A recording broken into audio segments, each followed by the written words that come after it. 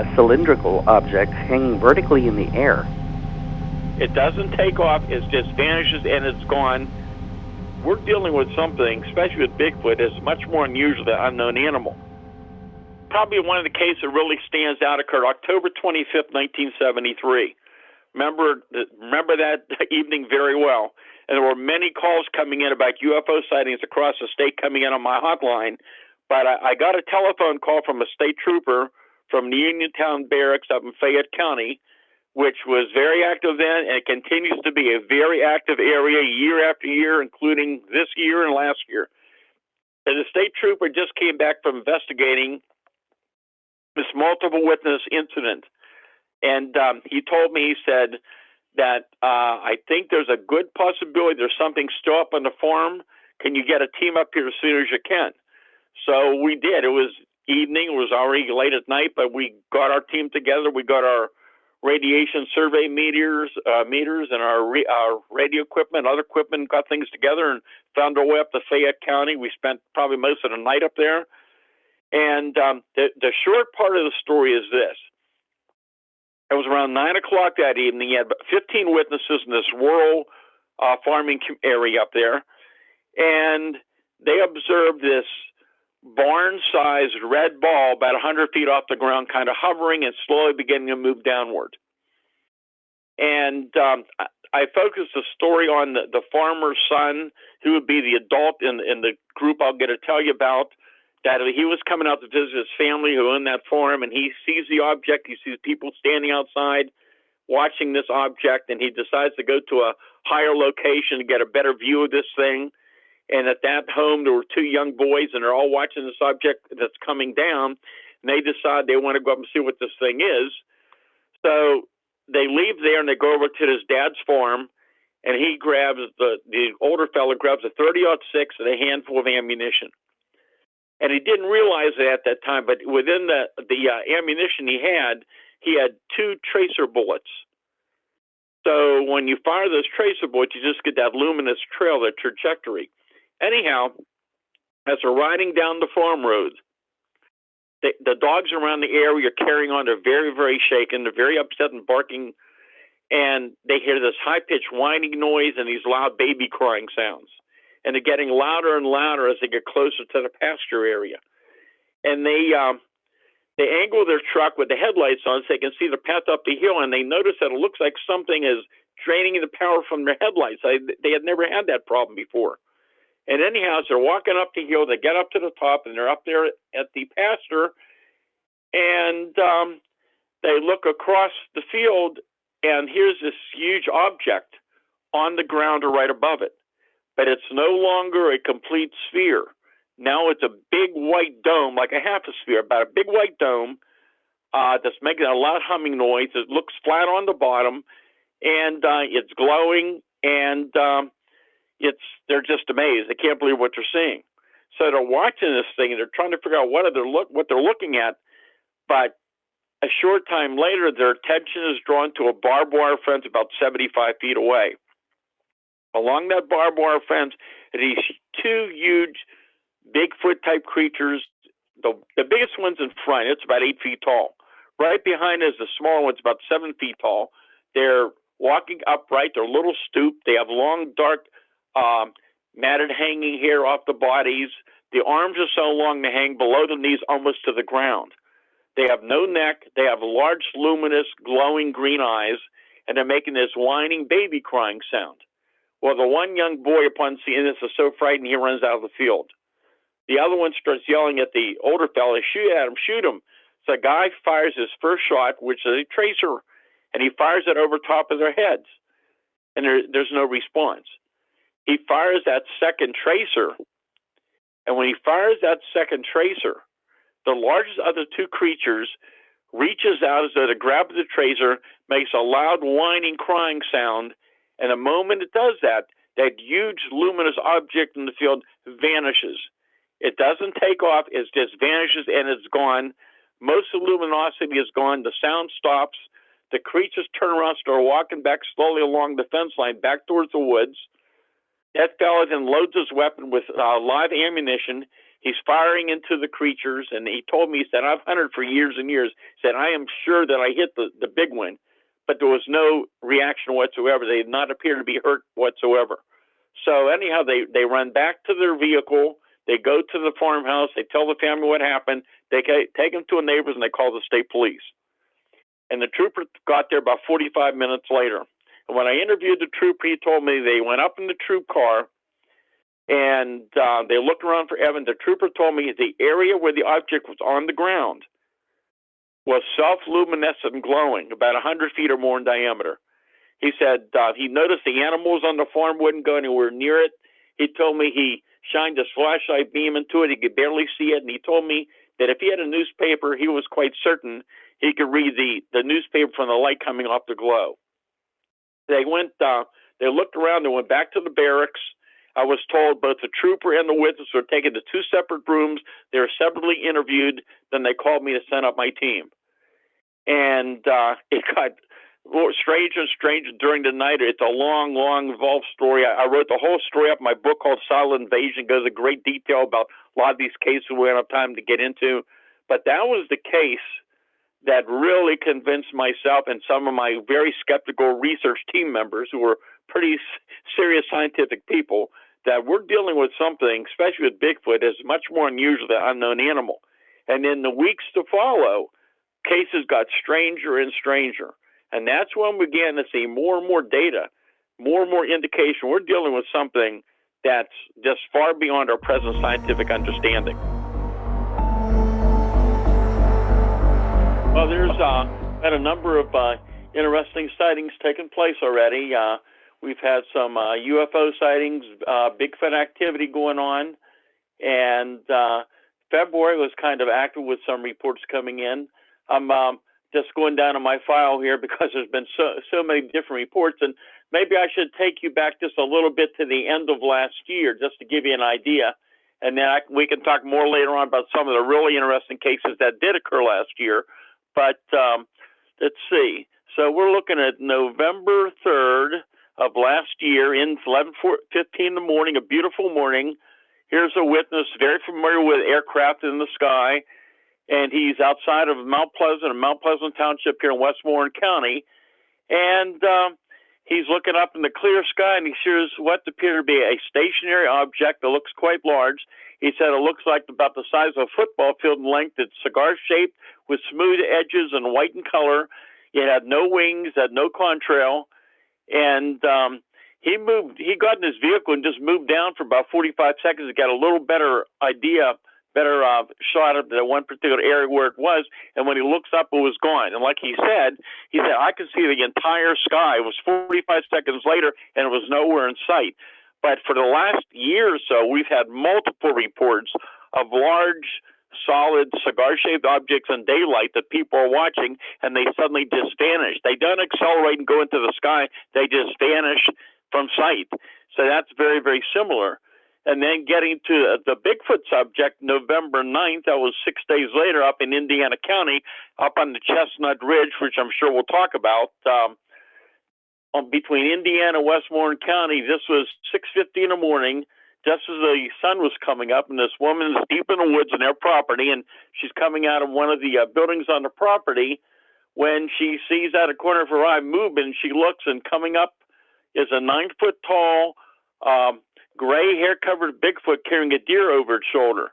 And it stopped, and they had eye contact, and it let out one loud grunt when it saw her, and it turned, and with the deer, continued with very big stride, walked into the field and then into the woods and gone. There was no smell and no sound at the time.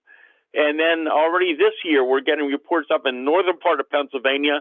I interviewed a couple witnesses who had seen a Bigfoot in daylight up there on two different occasions. One was the 9:30, 10 o'clock in the evening of February the 5th, and then there was another incident that happened. I don't have it right here in front of me, but I believe it was about a week or so later in the afternoon. And then what's really intriguing we can talk about, I've been investigating reports for years of what I call mini UFOs. I knew about them back in the 1960s. And in more and more years, you're starting to hear a lot of people talking about these small balls of light, orbs of light below the ground. But these are significant incidents because these are not objects high in the sky. These objects are very low to the ground. I have cases where they're actually on the ground in daylight. But what's really intriguing in the last year is that in some cases in daylight, they're coming in within feet of witnesses. And so here was another case. This was February of this year. This was, let me see here. This was around 1:30 in the morning out in the country. Woman was up. She couldn't sleep. Happened to look out the window, check the weather, I assume.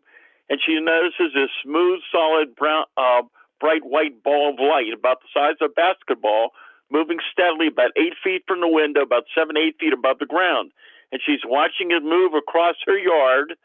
And it keeps going right in front of the window where she's at, and it keeps moving, and it begins to rise up over the neighbor's house, rising into the sky and gone. My hotline's been open since 1969. It never stops with reports. I get calls in here quite regularly and email reports as well. And so I receive reports every year, all year round, on all type of weather conditions. So I always get reports, and some years a little more active than others. But I believe it was in around fall and winter of 2021 that when things generally get quieter as the winter months are coming in. But however, during that time, we had a surge of low-level UFO sightings, and activity was increasing for whatever reason, and it just continued entirely through 2022 with many, many really detailed reports of UFO sightings, the low-level balls of light, Bigfoot sightings, other cryptid reports. I mean, this just went on and on and on. And in January this year, while we're getting reports, it was a little slower, but then February increased again with activity. And so right through the last couple of weeks, people were still reporting things. So it's been quite interesting. And what's interesting is the quality of the reports, the detail of the reports coming in. And again, a lot of the incidents are occurring in daylight, not at night. Of the UFO type of reports, I would say many of the reports coming in now have been of the elongated kind of cigar-shaped objects, or what the government is calling tic-tac reports. In fact, I had a witness that had a very good sighting February 12th, so just several weeks ago, up in the border between Cambria and Bedford County. And he described it. He said it was a tic-tac, but he also said it looked like a Good and Plenty candy, if you remember those. He said the shape. And he said this was early morning. He saw this light hovering over a power line in the distance. Thought it looked odd. He'd never seen it like that before. Grabbed his binoculars, but the object was beginning to move towards his direction. And he called his wife to look at it as well. And he said it got closer and closer. It was low, pretty low altitude, got closer to his home. He said this thing was elongated. It was bright, solid looking, kind of a metallic aluminum surface to it. And as it got closer, he began to hear a humming sound. And then 4 yellow elongated lights came on the front part of the object. There was an odd tail appendage to it. And it kept moving out of sight. And he said this thing looked about as big as a school bus from as big as it was in the sky. And so I'd say cigar-shaped objects. We've also had reports of large black triangular objects, silent. We had one case actually, it came in, I believe it was July of last year, so it'd be 2022. This was down along the Mon Valley outside of Pittsburgh, where we get many reports along those river areas of UFOs and Bigfoot and other activity as well. But there was 2 people going across the Elizabeth Bridge, and they see this huge, solid, black triangular object hovering about 150, 200 feet over top of the water. And while it's hovering, they can see it kind of rotating in position. And they said this thing was so wide that 2 of the corners of the objects extended and covered both sides of the river. So this thing was probably about 300 feet in length. So those are the kind of reports that have been very common, but we had that surge of reports, and some of these cases were amazing, of these small spherical objects very low to the ground and very close to people. One of the areas that has been very, very active historically is along the Chestnut Ridge. So the Chestnut Ridge is a mountain range that extends through Westmoreland, Fayette, and Indiana County in southwest Pennsylvania. And it extends down to a few miles outside of Morgantown, West Virginia. So even though there have been reports along the ridge, there are certain parts of the ridge that are even more active. So again, in the last year and even in recent months, Westmoreland, Fayette, Indiana, all sections of those areas have been quite active with UFO and Bigfoot activity as well. Well, first of all, we don't know for sure what these objects are. I've been doing this now for over 63 years. I have never seen one, believe it or not, nor have I seen a Bigfoot. I've interviewed thousands of witnesses and hundreds of Bigfoot witnesses, and I've learned a lot about the phenomena. I don't think anybody knows for sure what we're dealing with. When I started this many, many years ago, I started this in 1959, my research as a youngster, and I've been out in the field since the Kecksburg case in 1965 investigating incidents, and I came to the conclusion years ago that there may well be more than one origin to the unknown category of the UFO phenomena. And so back in the early days when I was doing this research, many people were of the opinion that many of these unknown objects were extraterrestrial in origin, and I think there's a possibility maybe a small number might be. But the more I learn about what we're dealing with, I think we're dealing with a phenomena that is far beyond our present scientific understanding, that there's a physical and a non-physical component to it, and for lack of a better term, I'll call it interdimensional. And there's a lot of oddities in many of these cases, and even with a lot of the things with the Bigfoot cases that many people are very unfamiliar with or don't even know about, which led me to the ideas and theories that from the day that was coming in that we're dealing with something here that is not a normal flesh and blood animal. It's something much, much stranger. Well, this goes back many years ago, back to the early 1970s. I need to give a little bit of history because it's important with the cases. So my hotline was open in 1969, and it became very apparent to me as people were learning about my hotline that this was a lot more than I could handle on my own. There were so many reports coming in. It was just amazing. I decided I was going to try to set up a volunteer group of research people to investigate these sightings in Pennsylvania, in the Pittsburgh area. So in 1970, I founded the first of 3 volunteer groups that were, for many, many years, would investigate these cases. So the first group, we started here in Westmoreland County. I'm in the city of Greensburg. And we started the group, and we extended to the Pittsburgh area. The group was kind of unique in that many of the people involved were specialists. We had many types of scientists, engineers, technicians, police officers, former military people, all kind of specialists who volunteered their time. We all had full-time jobs. We did what we could around our full-time jobs. By 1973, I had extended to cover the whole state of Pennsylvania.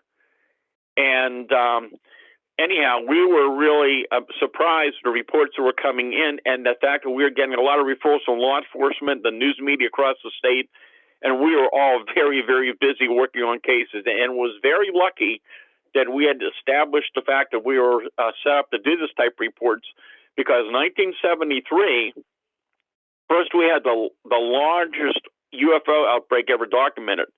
That went on for all year with many hundreds of UFO reports coming in.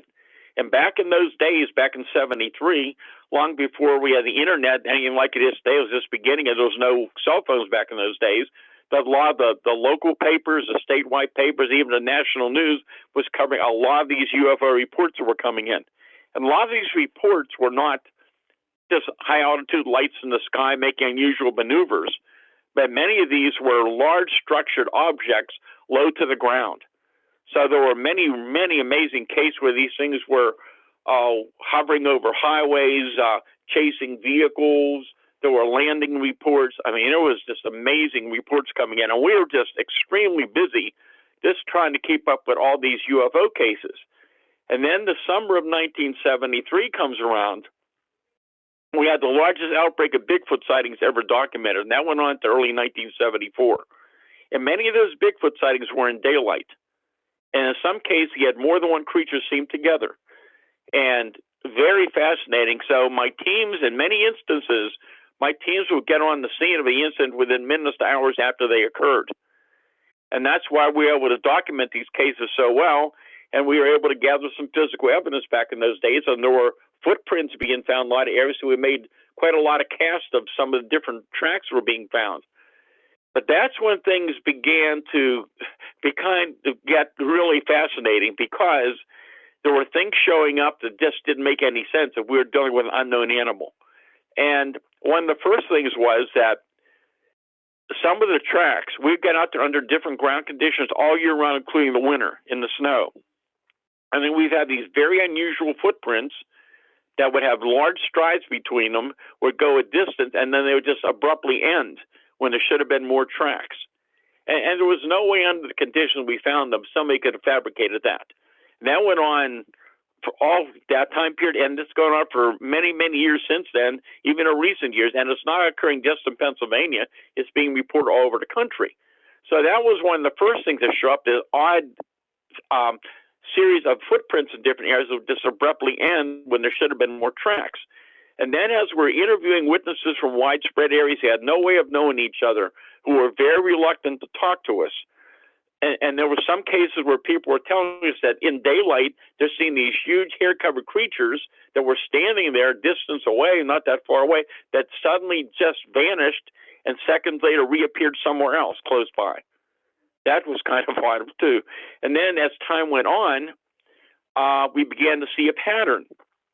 We'd have a UFO sighting in a particular area, and then minutes later, a Bigfoot sighting or vice versa. And then we had some just amazing cases where we would have a UFO and Bigfoot seen together at the same time and place. And that's when we began to really scratch our heads at what are we dealing with? What is going on here? I always suggest this to listeners.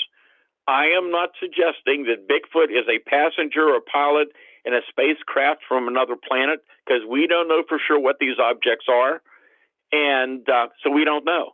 There's a lot more of this phenomenon. It's very, very complex. For a lack of a better term, again, I think we're doing something that has a physical and a non-physical component to it, and I'll call it interdimensional at this point.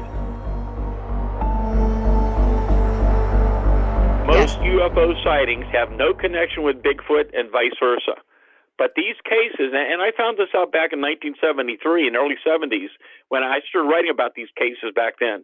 And I was in touch with a lot of the well-known names in the Bigfoot field in the country and out of the country at that time.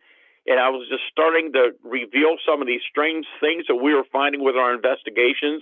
And I found out that a lot of these other researchers were very much aware of similar type of things occurring where they were. But I was told that they were reluctant to talk about it or write about it because they didn't want to be laughed at by their peers.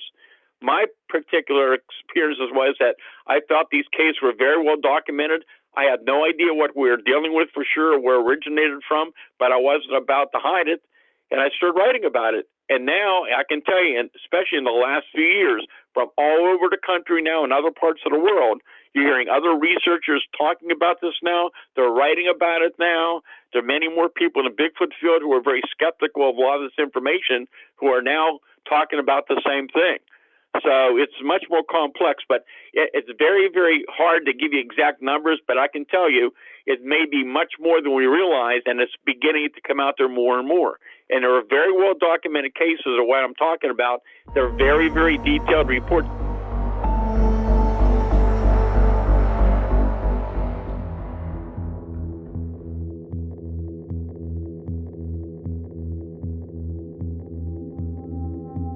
Well, I think there's a lot more that's been going on.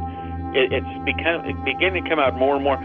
Let me tell you about the case from 1974. It was the case that convinced me that at least some of the Bigfoot cases we're dealing with are not of a normal physical flesh and blood animal. And you know, I've got to question the fact that we've had Bigfoot sightings for years and years and years all over the country and around the world, and yet nobody's come up with any definitive body of these creatures, which is very, very unusual. February 6, 1974, I remember this case very well also. It was very intriguing. And I'm sure some of your listeners will remember the time period. It was at a time when we had a big national trucker strike going on around the country. And there was gas rationing. So a lot of people remember the gas rationing at the time. And I couldn't get up to the scene up in Fayette County where this happened, way up in the mountains, because I couldn't get gas the next morning. Anyhow, also because of the situation was taking place around the country, there was violence going on across the country. And in Pennsylvania, the state police and the National Guard were patrolling together. So you had members of both teams that responded to this incident. So it's February 6, 1974. Very, very wooded area deep in the mountains. And this is an area, by the way, that continues to have a long history of these type of reports.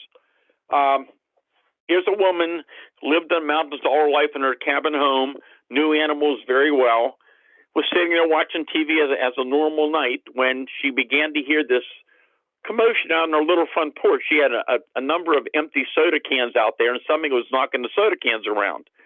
Well, as she had told me, she said a couple weeks before, 2-3 weeks before, there was a pack of wild dogs came through, so she thought the dogs were back. So she thought in her mind, she said, I'll just grab my 16-gauge double-barrel shotgun, and I'll load one chamber, and I'll go outside, and I'll shoot over at the head of the dogs and scare the dogs away. So she decides to do that. So she loads her shotgun. She walks up to the front door. She turns on the switch for the outside light. She opens the door. She steps out, but there's no dogs there. But 6 feet in front of her, here's a 7-foot-tall, hair-covered Bigfoot that as soon as she turned the lights on, it put its arm straight up over its head. What does she do? She pulls the trigger and fires right into it.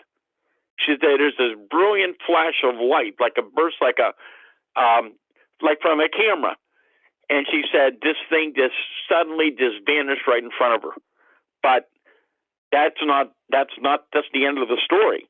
Anyhow, her in-laws lived about 100 feet away. They heard the gunshot. They called her and asked her what she was firing at, and she explained it to them. Her son-in-law grabs a sidearm, starts walking down that dark road towards her house. He saw a shadow walking down the road, but as he got closer at some point, he reportedly saw 4 or 5 hairy people with eyes like coals of fire. And he started shooting at them randomly.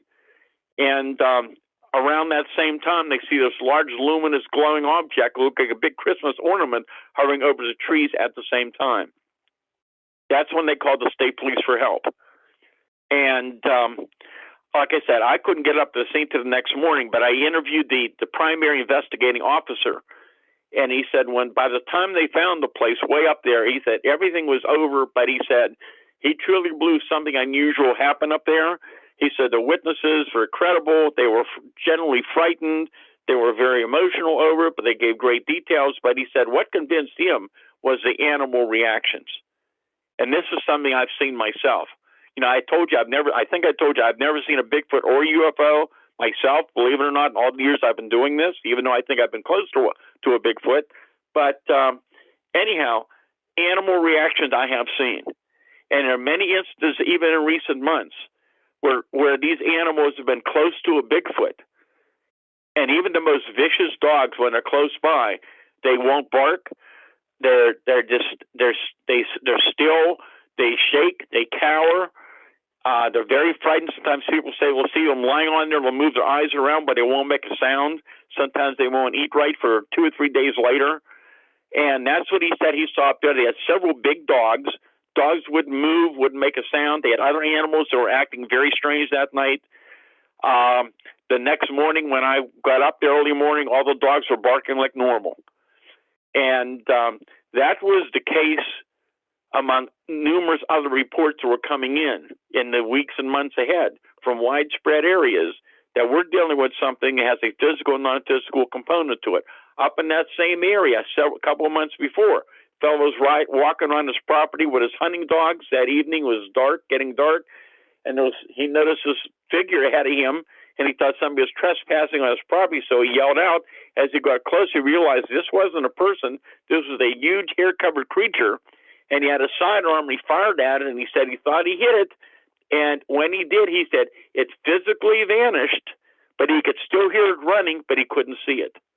That's just an example of some of the cases we were dealing with. I interviewed hundreds of people who've seen Bigfoot now. And these are just like many of the people who've had low-level UFO sightings. They're very credible. 99% of them with no publicity. They come from all walks of life. I've interviewed many, many hunters. I've interviewed police officers, educators, all kind of professionals who have encountered these creatures. And for most of these witnesses, They would never have believed it until they saw it themselves. They used to laugh at people when they heard these stories until they had their own encounter. For many of these people, it's been a life-changing event. Many of these people over the years I kept in touch with, and it's just amazing how some people would never have got over it. And people react differently from their own personalities, how they deal with these cases. But most people, they see it and they just can't believe it. They saw what they saw. But that's what's really intriguing. But when you interview the witnesses, I mean, a lot of people have just seen these huge creatures walk out in front of their vehicles. I mean, I've had witnesses actually 5, 10, 15, 20 feet away from these creatures. And I mean, that's why we had such detailed, amazing reports. And some are very strange. I mean, there was an incident that happened just a few years ago. This was down in the Mon Valley, again, outside of Pittsburgh, down along the Monongahela River. A lot of weird things go on up there. And this was a pouring down rainy night. This fella was riding on this 2-lane rural road. And as he's riding down the road with his headlights on, he notices something standing off to the left side of the road. And he's moving slowly, and suddenly this thing steps out in front of his vehicle, literally about 5 feet in front of his vehicle. And he describes this thing from head to toe. I mean, this thing is 7 foot tall with glowing red eyes, stopped right in the middle of the road, staring directly at him. And I mean, he just could not believe what he saw. He was highly emotional. He called me within, I think, about 20 minutes. He called a relative, and they contacted me. He talked to me probably 20 minutes after it happened. He was extremely shaken, but gave me a very detailed description of what happened. My team was out there the next morning. We met him where it happened. He was emotionally very, very shaken, but he was able to describe the whole incident of what he saw, what this thing did. And here's the interesting thing. So as he's right behind this, he stopped. The thing turns with a big gate, starts running up this little embankment, little hill to the side of the road. This guy grabs his cell phone. He's right behind it. He's moving behind it slowly. It's moving up the hill. He's getting his phone set to take a picture, and he said, all of a sudden, it's in his headlights, and it's gone. He said, I'm right behind it. And he said, it was in my headlights. I'm looking at it. I went to take a picture, and it's not there anymore. And he said, I can't understand. And he said, if it went out of my range of my lights or whatever, but he said, I can't understand why I didn't see it move away. And, in other cases, we have people who tell me, they said it's like watching a Predator movie. We're riding down the road, and this thing suddenly appears out of nowhere, and you see it from head to toe, and all of a sudden it's just gone. I mean, these are the kind of things you hear. And some witnesses tell me sometimes they see the body solid. In other cases, a part of the body is solid, but other parts of the body are out of focus, or they're misty looking or hazy looking, not solid, but you can see the whole shape. But these are some of the things you don't often hear about with a lot of the Bigfoot reports. There's so many other aspects of the phenomenon that's so strange and unusual. I'll give you one, for example, electromagnetic effects, electronic effects, things like that. Very few people know about this, even though reports have come in from around the country, but they're rare. Going back to UFOs, back to at least the 1950s, you used to hear these historical reports of these large, low-level metallic objects pacing vehicles, hovering over vehicles, and when they were near some of the cars cars would lose power, headlights would dim, and when the object moved off, they would regain their power and the headlights would come back on. Well, there have been similar incidents with Bigfoot. I've had cases where people have had a Bigfoot walk out very close to their vehicle, and they began to lose power. I had one case several years ago. We had 2 witnesses in a vehicle. They were riding down this dark road at night when they said suddenly this huge hair-covered creature just suddenly appeared right on the edge of the road. They had to swerve around and miss hitting it. And, I mean, the legs and arms, they said, were so long, was unbelievable. And they're looking at this thing, and they can't understand how it just came out of nowhere. And as they're near it, their car is losing power. And the witness, one person in the car is yelling at the driver, give it the gas, give it the gas. I'm hitting the gas, I'm hitting the gas. And as the car is slowly drifting away, as it got a little further away, it began to regain more and more power as it got away from the creature. So that's another element with the phenomena that many people have never heard about. strange elements I found out about these cases.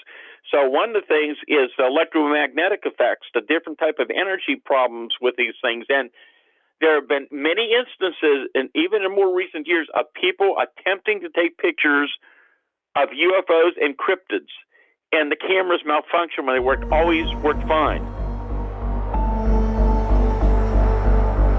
And I first heard these reports going back to at least the 1980s, maybe before that.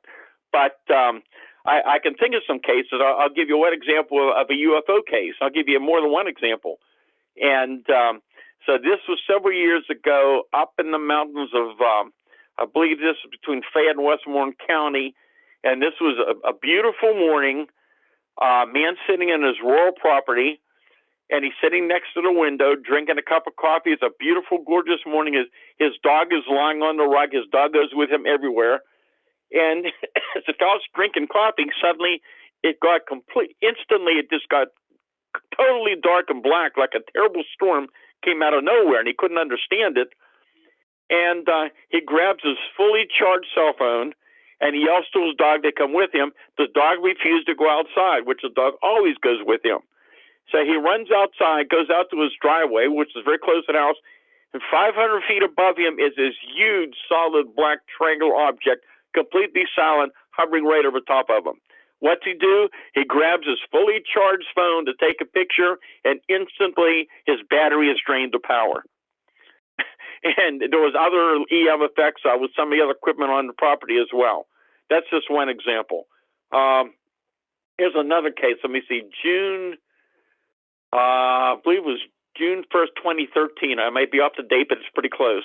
This was on a major highway, 4-lane highway, Route 30 in North Huntington Township, about 25 miles outside of Pittsburgh. So it's around 10 o'clock at night. Woman and her 3-year-old child are just leaving a store, and they're on Route 30 eastbound. And she's telling me she's driving down the road, and she suddenly has to stop in the middle of the 4-lane highway. And she said, I can't believe it. There's cars way behind me and way ahead of me. There's nobody near me. And she said, I had to stop because here's this huge metallic rectangular object hovering about 60 feet above the road, taking up all 4 lanes of the highway. She said it looked like a gondola of a blimp without the blimp. The lighting configuration was completely unlike navigational lighting. It was completely silent. Her 3-year-old child yelled, Mommy, flying iPad in the sky. And she's on the cell phone, talking to somebody and trying to explain what she's seeing. She has to drive underneath the object to get to her house. So as she drives underneath it, she loses her cell phone signal. She notices all the electronic displays on her dash, like the airbag. Her FM radio signal goes off. She loses her telephone signal again. Other indicators all went off. The temperature gauge went out. The clock went out. She tries to take a picture with a fully charged camera. It would not function. It would not let her go into the photo mode. As soon as she got down the road about a half mile away, all the electronics came back on. That's just an example. But I've had instances where people have also tried to take photographs of cryptids, and the same thing happened. And then we talked about, here's what's really interesting. We talked about those small balls of light low to the ground, where they've been approaching people more and more.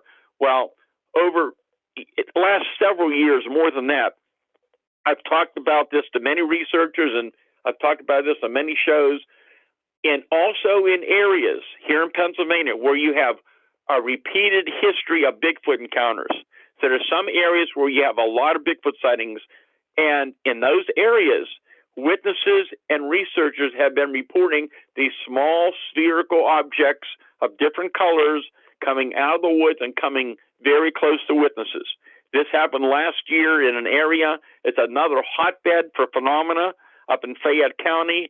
It's one of the most remote areas I've ever been in. I'm at all through those ridges of mountains for years and years, and it's a very strange place. And apparently, it's a hotbed in the last year or two, the last year and a half of, from what I've been told from other researchers with UFOs and Bigfoot and all other strange happenings up there. But on occurrence last year, several very prominent, experienced Bigfoot researchers who knew me well, and I told them about people seeing these spheres of light, and I think they were quite skeptical until that one particular night when there was numerous teams up there investigating reports, and these orbs of light were coming out of the woods and came within feet of them in some cases. And this something was luckily, there was a film crew up there from Small Town Monsters doing a documentary on that area, and they were able to get some of these orbs on film. And that is going on more and more. And I noticed this Bigfoot connection going back to 1973, because north of Pittsburgh in September of 73, one of the cases was you had two witnesses out in the country waiting for a friend to pick them up. They see this 7-8 foot tall Bigfoot with white hair. You don't hear about the white ones very often. We get those reports even in recent years. But what was really intriguing, here's this huge white hairy Bigfoot running across the road, but in one of his hands, it's carrying a small glowing ball of light. And as it continues into the woods, a short time later, this object came across the sky, projected a beam of light down into the woods where the creature ran into. And we've had other similar cases, even in recent years, around the Pittsburgh area, these small balls of light in correlation with Bigfoot sightings. What I'm telling you is there's a lot more of this than people realize. Everybody's heard about the Skinwalker Ranch. And what I was dealing with in the 70s was that same kind of phenomena years before you heard about that. And now there are locations all across the country, and several here in Pennsylvania, where there's repeated activity going on. Some of these places have a long history of all kind of phenomena occurring. So you have paranormal phenomena, you have UFOs, you have the orbs of light, you have Bigfoot, you have other cryptids, all kind of strange things going on to the witnesses and the animals, and it's just amazing what's happening. Here's the pattern I found years ago. Any low-level, close-range UFO sightings and many encounters with Bigfoot and other cryptids often occur in the vicinity of high-energy sources. So you have many, many incidents around high-tension power lines and power plants and bodies of water, gas lines, gas wells, radio towers, cell phone towers, let me think what else, railroad tracks, etc. There's no doubt there's an energy connection to whatever we're dealing with. I think it has something to do with the process of them coming in and out of our physical reality.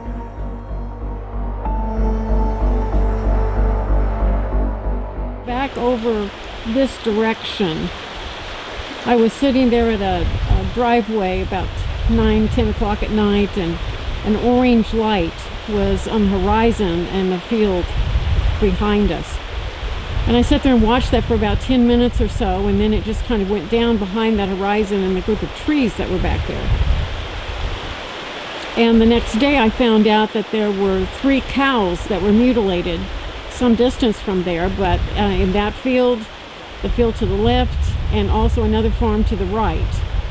And it was not known to anyone except my in-laws at that time, who were aware of this, that the cows were mutilated, but the orange light was there as well. Now, another thing that's happened in this general vicinity was a Bigfoot sighting by someone. This was back in the 90s that someone saw a Bigfoot in a wooded area right along this riverway. A little distance from here, but still close by.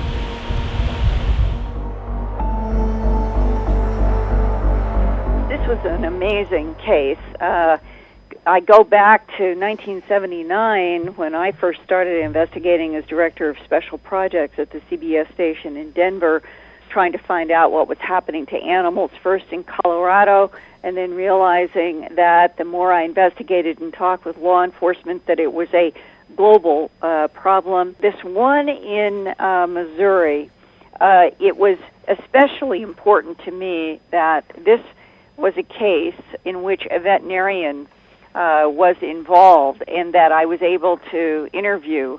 And this goes back, well, first of all, to locate it. The farm is near Trenton, which is up in northwestern Missouri. And the date that this pregnant mare was found was on May 20th, a little more than a month ago. The mare had been seen alive in the afternoon of May 19th. She was pregnant. She was about ready to give birth, but everything was fine. And then at 3 p.m. on the 20th, she's found dead and mutilated by one of the ranch hands. And the veterinarian was called in the Trenton, Missouri area who has asked to remain anonymous. The horse owner has asked to remain anonymous. This is one of the problems that you run into in a subject such as animal mutilations, in which there is all this physical evidence and things that cannot be explained, and yet people are afraid to be public because they're afraid of being criticized. And in this case, here is a quote from my earthfiles.com June 5th report in my interview with the veterinarian. Quote, "The mare had both eyeballs missing. The tongue was missing back to its attachment at the base of the throat. The udder had been removed. The vulva and vaginal sphincter had been removed. And there was a small incision made in the midline of the abdomen. And here it was circular. And now I'm going to move from there to hanging out of the vaginal area of this mutilated mare, in which there was no blood. All the excisions were dry, no tracks around the animal on the ground. But out of the vaginal area was we'll call it the unborn colt, with a couple of the back legs still inside of the mare. The embryo sac was missing, which was strange. The young animal was dry, but it had no head. And the veterinarian said upon seeing this animal that there was no precedent in his veterinarian experience. He said it was almost as if you were looking at something in which the skull bone and the neck bone had somehow been exposed to heat, and that there had been some kind of melting. And here is a speculation. Because the vulva and the vaginal sphincter had been removed from the mother in a very clean, precise excision, his guess is that the young horse was in the birth canal and was in the process of being born when the mother was subjected to whatever the energy system is that is involved in these global mutilations, in which we have now so much hard physical evidence from pathologists that the excisions are made with something that causes high heat and ends up causing a cautery of capillaries and collagen. And in this case, whatever the energy was, the veterinarian is speculating, impacted this young unborn horse's head and ended up that from the neck and the shoulders down through the feet was a normal unborn horse without the head, and that they found congealed masses of what he said probably was some of the skull bone that had been exposed to energy. This is, without doubt, the kind of high strangeness that has been reported in animal mutilations around the world now for at least 60 years. And for listeners who might not be familiar with the book The Day After Roswell, a now deceased Lieutenant Colonel Philip J. Corso wrote in his book and then talked to me one-on-one, face-to-face, before he died, about having seen in Washington, D.C., after the war in the Eisenhower administration, classified documents about unusual deaths of animals around the world that he said in the documents were attributed to, linked to, quote, extraterrestrial biological entities, unquote, interacting with our planet. And in the investigative work that I have done as a TV producer and reporter since 1979, it's 24 years, what I found from the very beginning of my investigation that evolved into the documentary film A Strange Harvest that received an Emmy Award, that law enforcement, ranchers, even fellow reporters who were investigating, kept talking about the fact that they were seeing beams of light, strange orange lights that split in two. That I have about a dozen people who have talked to me only off the record, will not talk on the record, about seeing animals rising in beams of light or being lowered in beams of light or even being dropped by something usually described as disc-shaped and glowing in the sky down to the ground, with bodies impacting and leaving craters. This was a particular case out in Oregon, and the cowboy described having seen several of these occur, and the animals were dropped from something glowing in the sky.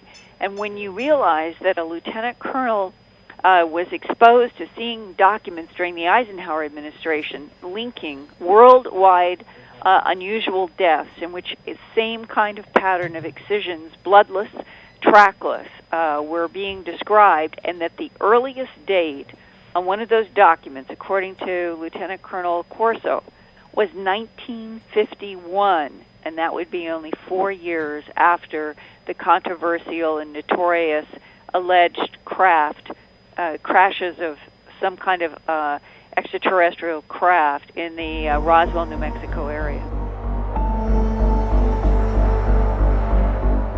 I was 16 years old on December 9, 1965, when this incident occurred. It's a very long, involved story.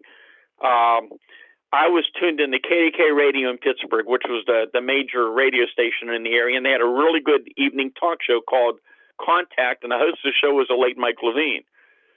And Mike had a special guest on whose name you might recognize was Frank Edwards, who is a journalist who had written some books on unusual occurrences. And so I was tuning in to listen to the interview that he was going to do with Frank Edwards. And interestingly, almost the entire show was focusing on the breaking news of this brilliant fiery object that was observed by many, many people from the tip of Ontario, Canada, over Michigan, Ohio, and Pennsylvania. And the object came in apparently over the Pittsburgh area around 4:47 p.m., just as it was getting dark in this area. And the radio station, TV stations, police departments, newspapers were just swamped with reports coming in. A lot of people saw this object coming in, and some people thought it was an aircraft that was on fire. And so the reports were really interesting. And as the evening continued on, for example, KDK TV broke in with live reports that whatever the object was, it apparently fell into a wooded area outside of Kecksburg, Pennsylvania. So 35 miles or so from Pittsburgh, out in Westmoreland County, so about 12 miles from where I was. And the report was that the military was now arriving in the Kecksburg area to search for an unidentified flying object. And I remember that evening very well also. I was running back and forth, looking the old black and white console TV, and back to the radio, going back and forth, trying to get all the local information, all the updated news. I was up late at night. I wasn't driving yet. I had no way to get out there. And so the first thing I did the next morning was I went downtown Greensburg and went to the newsstand and picked up all the local papers, hoping it would make the news. And there it was, front page headlines on all the local papers. The big Pittsburgh papers, the national news was picking up. Our local Greensburg Tribune Review had 2 editions. The morning edition had front page, Army ropes off area, unidentified flying object falls near Kecksburg. And, of course, that drew my attention. I read the article, and they talked about the fact that people had seen this object, that something apparently did fall, that no one was being allowed anywhere near the area where the object fell, that sources indicated that they are waiting for civilian scientists and Army engineers to come in to examine whatever it was. There was talk that radiation may have been involved. It was a really interesting story, and then the later edition had other stories, including one that said searchers failed to find objects, and went on to say that they had searched the early morning hours, and officially they had found absolutely nothing, and they determined that apparently people had seen a bright meteor in the sky, and nothing fell. It was just people's imagination. And that was officially the end of the story, but not for a lot of people. And I began the next day, even though there was very little information out there, very few names, I began to try to track down people who were involved. And it was not easy at that time immediately. But over a period of weeks and months and years, I tracked down hundreds of people who were involved in it. I tracked down reporters who were there from the Pittsburgh area, from all the major radio, TV, and news channels. I tracked down the volunteer firemen. I tracked down law enforcement officials and later military sources. And I found out a lot more about the case that nobody knew at the time. Because what I found out was that this object, whatever it was, and again, we didn't know a lot of this at that time. This object came over the town where I live, over Greensburg. I did not see it. It moved out roughly to Route 30 east between Greensburg and Latrobe and made a turn to the south. It moved steadily along those rural areas out to the mountains out there near Laurelville. Other people up there saw the object. It apparently turned back and began to track back outside of Kecksburg, made another turn, and then went down into the woods. But I interviewed witnesses that afternoon, had the object come in very low over top of their heads. They got a very good look at it. And what we did not know at the time was that some of the local residents, soon after they saw it fall, went down into the woods to see what it was. And they came across a large metallic acorn-shaped object semi-buried in the ground. It was appeared to be solid metal, kind of an off-gold bronze color. But here's what's interesting. It was big enough for a man to stand inside of, but it had no weld marks, no seams, no fuselage, no screws, no bolts, nothing like that they could see. On the raised up back part of, like you'd have on an acorn, there were raised up markings that looked more like some type of unusual symbols on it. And luckily, one of the witnesses was a volunteer fireman that, because of his background, he was somewhat familiar with Cyrillic, so he knew it was not Soviet. He said these markings were not Soviet. I've seen them before. He said these were more like some kind of ancient symbols. And then what made the story even more interesting is as fire departments were coming out to search for a possible downed aircraft because of the reports they were getting, we found out at least one team came across the object. They got on their walkie-talkies and radioed over. And one of the witnesses that I interviewed was on one of those search teams. And he went over to the site where the other team had radioed from. And here's this large metallic object semi-buried in the ground, only a few feet in front of them. They didn't touch it. They're looking at this thing over and over again and just figuring out, what the heck is this? It's not a meteorite. It looks constructed, but they'd never seen it like it before. And while we're there, suddenly two men in trench coats come down in the woods, and right behind them are soldiers. And the two men in trench coats told those fellows, the firemen, this area is now quarantined, leave the area immediately, and which they did. And I was told that the soldiers and the firemen were so close to each other, they shined their flashlights on each other as they passed. And it's an amazing story. I mean, I've interviewed, again, hundreds of people. I've heard many interactions with people who saw the military, interacted with the military, and a lot of things went on out there. And what I later found out was that as the military came in, one of the things that for years I did not talk about publicly until I had enough independent sources to confirm it, there was not one military flatbed tractor trailer. There were two at the scene. One went out earlier with a lower, longer load, whatever it was, with a canvas over it. The one with the object went out around 1 o'clock in the morning. But I was later told from independent military sources that it went to Lockbourne Air Force Base near Columbus, Ohio, during the early morning hours of December 10th under very heavy guard. They backed the truck and the flatbed trailer, and the object was started into the hangar. They set up a security perimeter around it. I was told they were given a shoot-to-kill order to anybody approach that hangar without the proper clearance. It only stayed there a short time. It continued on to Wright-Patterson Air Force Base. And later, I was told exactly what building it went to at Wright-Patterson. And where it is today, we don't know. And there's been many, many theories about what this thing was. But so far, we still don't have a conclusion.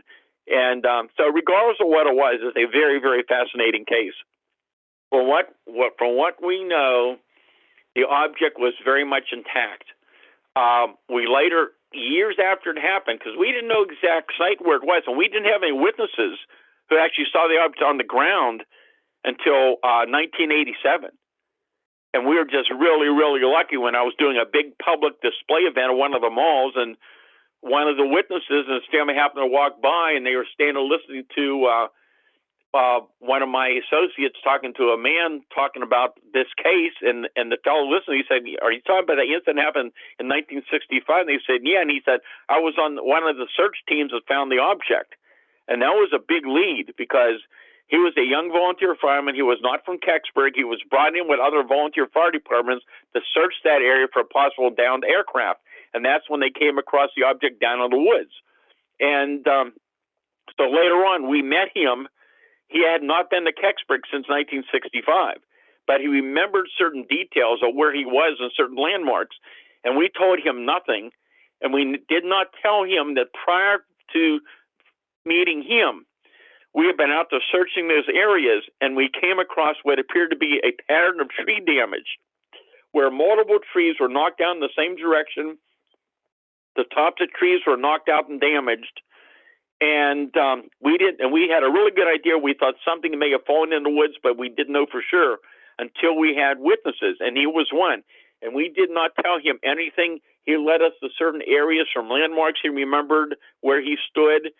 And surprisingly, it was right in the immediate area where we felt that the object came down. And then a year later, we got an anonymous tip that another local man may have been one of the first down there after it fell.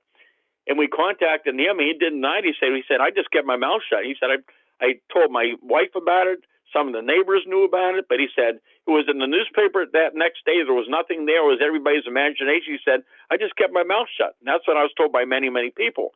But anyhow, he took us down the next year from a completely different vantage point into those thick woods, walked us down through the heavy woods, down through the area, the other side of the woods. It was completely different vantage point from where we entered the woods, from where the witness took us the year before, but we ended up in the same exact location. That witness took us to a tree and said, "I stood right here by this tree, and that's where it was." It's the exact spot the guy took us to the year before.